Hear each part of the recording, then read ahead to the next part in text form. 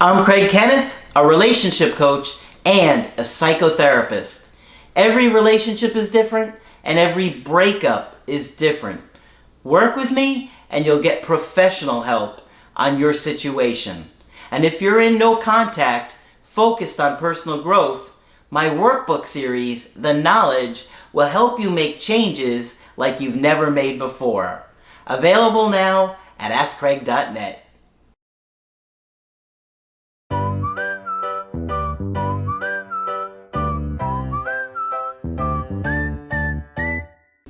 Hi there, I'm Coach Kenneth. And I'm Coach Victoria. And in this video, we're going to be talking to you about dating and an avoidant. Good luck. Good luck. I'm just kidding. Before we get into it, I would like to say that Craig and I are available for coaching sessions. If you'd like to go to our website, you can book from there. We'll talk about your situation one-on-one with you to help give you some guidance on how to move forward. Yeah.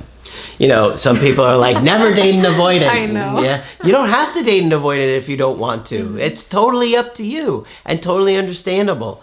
But, you know, many of you are in love with or attached to somebody who has an avoidant attachment style or more avoidant. And so you're going to have to learn the skills and the abilities to do that. Now, you know, one of the things that I have to say is anxious people act like a saint. Like they are totally innocent of any of, dating an avoidant, like they're making like... I just love too hard. They demonize and villainize the avoidant, but they don't see how they behaved and how their behavior pushed them away, or that they were selfish and self-absorbed and their anxiety caused them to be controlling and manipulative and all these things.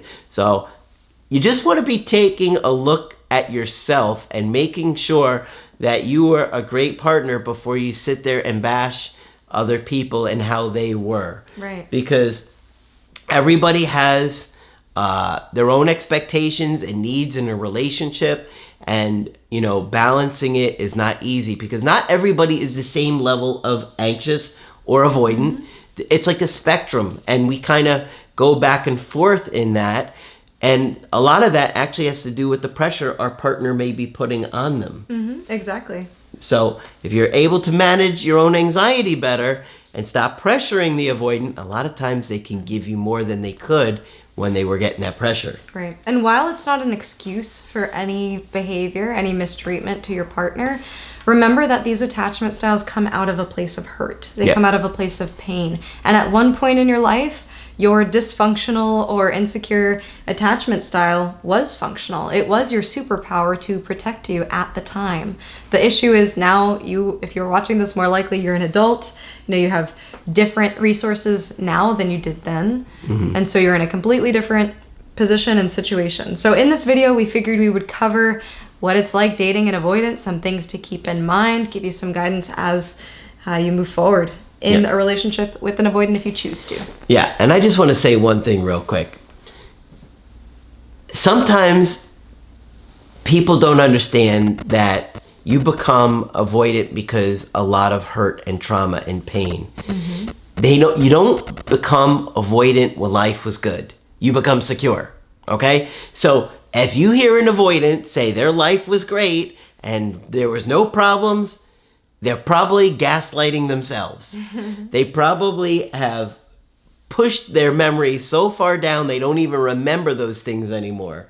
But then, you know, something might come up and like, oh yeah, the police did used to come to our house a lot.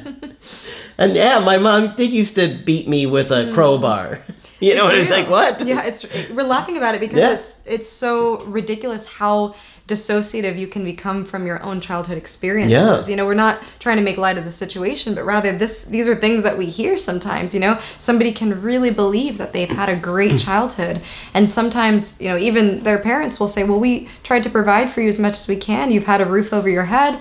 You know, imagine other families, they have it worse. So you hear all of these lines from your parents, you start to believe it, and they believe it too. You know, your parents of those who developed avoidant attachment styles were also doing the best that they could at the time.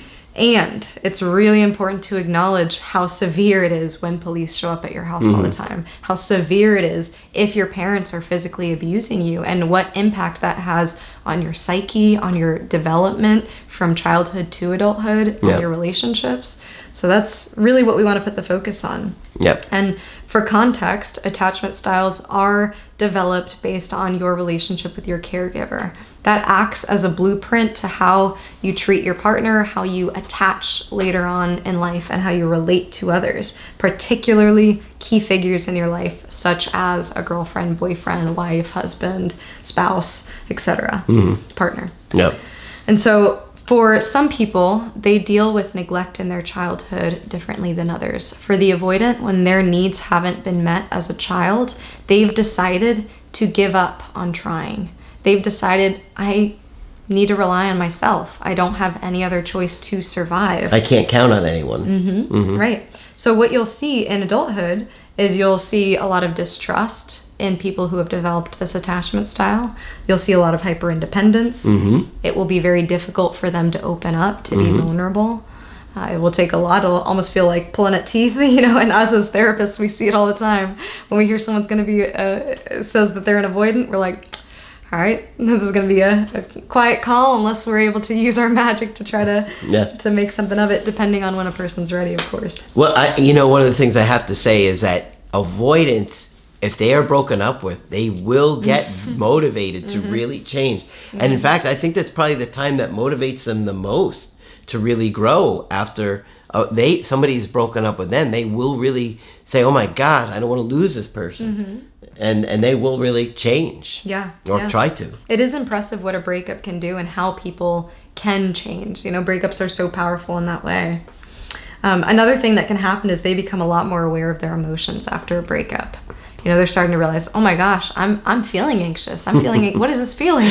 What is this? They start to feel I'm dying too. They're starting to feel this overwhelming grief. Maybe they have in the past and suppressed it. Maybe it's harder to suppress now. They may have a hard time, or may have had a hard time empathizing with you, because typically they struggle with understanding their own emotions. Not only that, but they've never had empathy. Okay, when you grow up with parents that are toxic and abusive and controlling and manipulative, they're not empathetic. Okay, when the avoidant as a child, before they were avoidant, when they were trying to get those needs met, their parent was saying, oh, I'll give you something to cry about. You think you had it hard now? You should have seen what I had it growing up. So they never experienced any empathy. Yeah, and that's huge.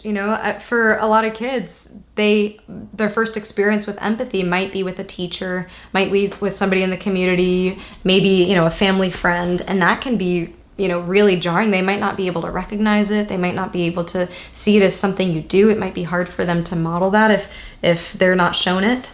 So these are things that really, really, really affect kids and adults.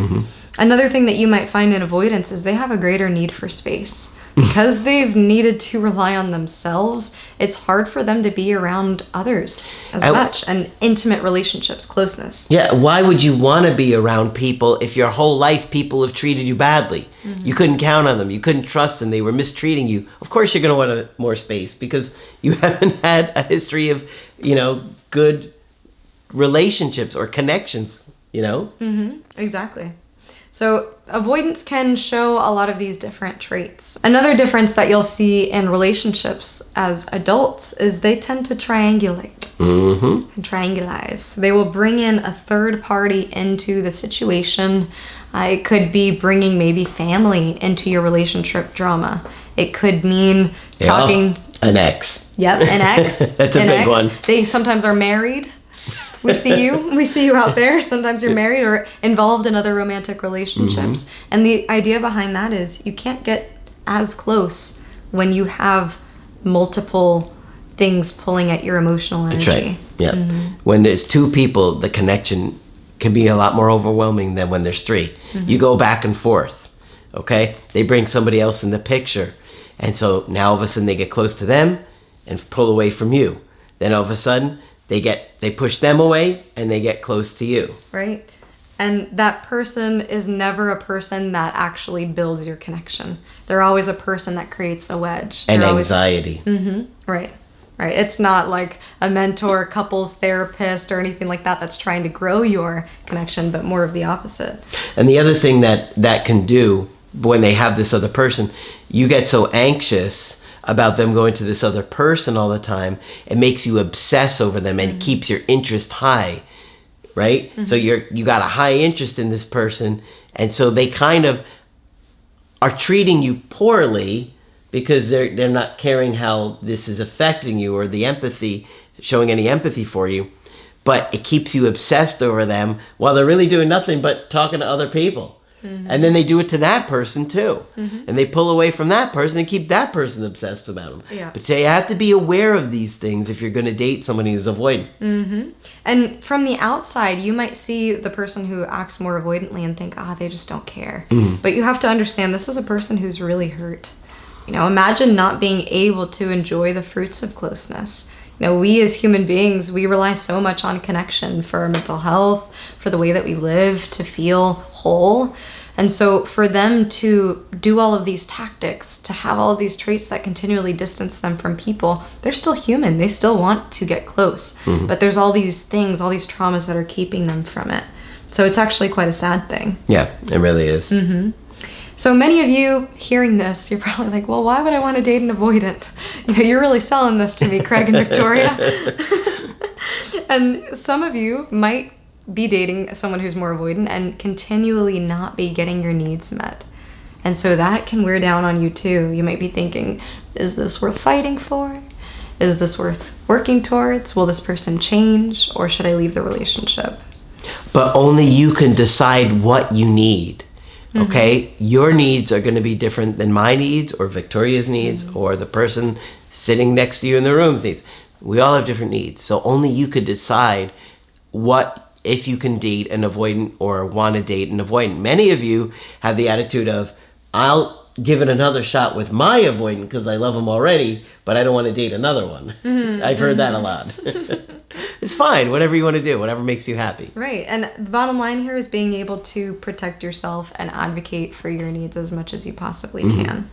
It's up to you to decide what your boundaries are, what you will and won't tolerate. Because like Craig had said in the beginning, attachment style, it is a fluid scale, and it's a scale. So there will be people who are a lot more avoidant than others. There will be people who are a lot more anxious than others. People who will be willing to tolerate more or less. So keep that in mind for yourself. Where are your limits? And activities that can be helpful for this, or exercises, can be thinking about your deal breakers. Thinking about things that you absolutely will not settle for.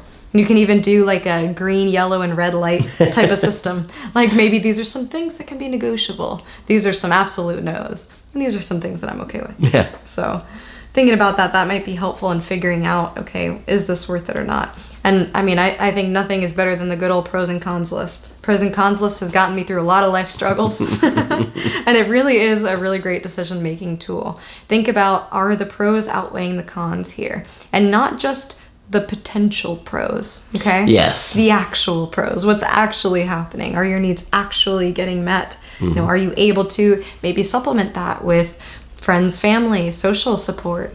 Or are these things that you absolutely need from a partner and can't get anywhere else? And that's going to factor in too. So one thing that I do want to say too, just to be aware of, and this is something that Margaret would preach about too.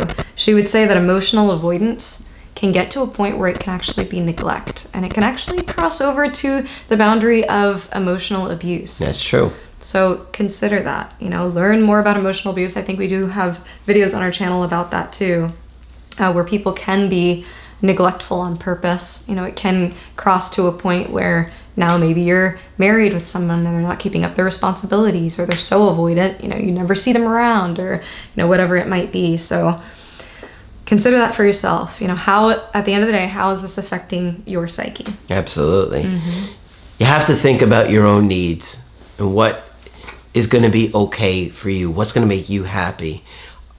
Are you okay with being with somebody who can only give you so much? Again, this is a personal question that only you can decide, because everybody has different needs. keep learning about attachment theory. We talk about it in practically every video. I don't know if there's ever been a video where it hasn't come up. It comes Maybe the up. cow cuddling. But there's a lot of videos where we talk about it. Shout out to anybody who remembers the cow cuddling video. Yeah. We probably talked about it in there too, actually. Yeah. Those cows are secure. But just understand that even if you really enjoy learning about it, educating yourself and bettering yourself in the mental health and becoming more secure, they may not be. Okay? How many times do you hear in any given week somebody say to you, can I tell them about avoidant attachment style? Can I reach out and break no contact to tell them that they're avoidant? And sometimes you all will do it. We'll say, oh, I sent my ex one of your videos. No, we wouldn't recommend it, to be honest with you. A lot of people aren't in that state of receptivity to this kind of, advice. Not saying that this information isn't important to share, but just be very mindful of how it can be received. Mm-hmm. Yeah, especially when they're not wanting to repair things. Okay? Mm-hmm. If they're not telling you they want to repair things, you don't want to sit there and tell them, by the way, I just want to let you know that I found out about avoidant. You're avoidant. And this is, because you know what they're going to say? I'm not like that. This isn't me. And they'll start to describe themselves like they're secure when clearly they're not. Yeah. So be very mindful of how what you say is being received or not. There might be some exes, and there have been. I've actually seen quite a few exes who have been receptive. Even after. Sometimes they find out about attachment theory on their own, and that I find to be incredible. That's happened a couple times where I've been like, wow, I've been taken aback. Okay.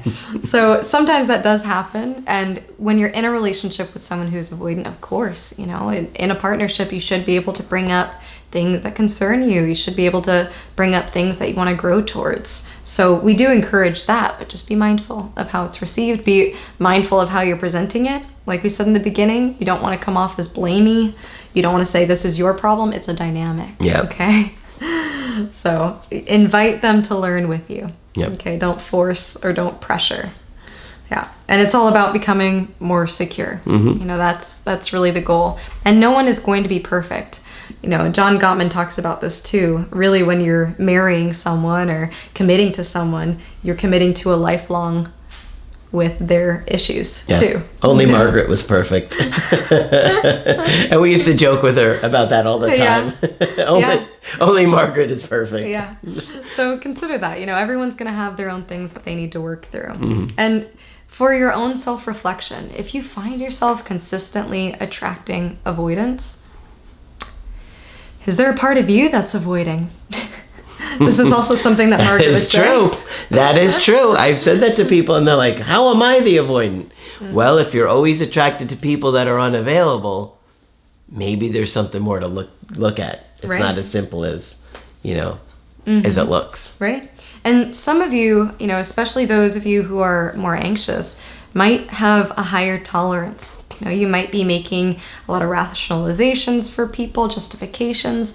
Oh, well, they said they were just tired, and oh, well, they did buy me, some chips for my birthday back in 2014. So, they Those are good chips. They clearly love me.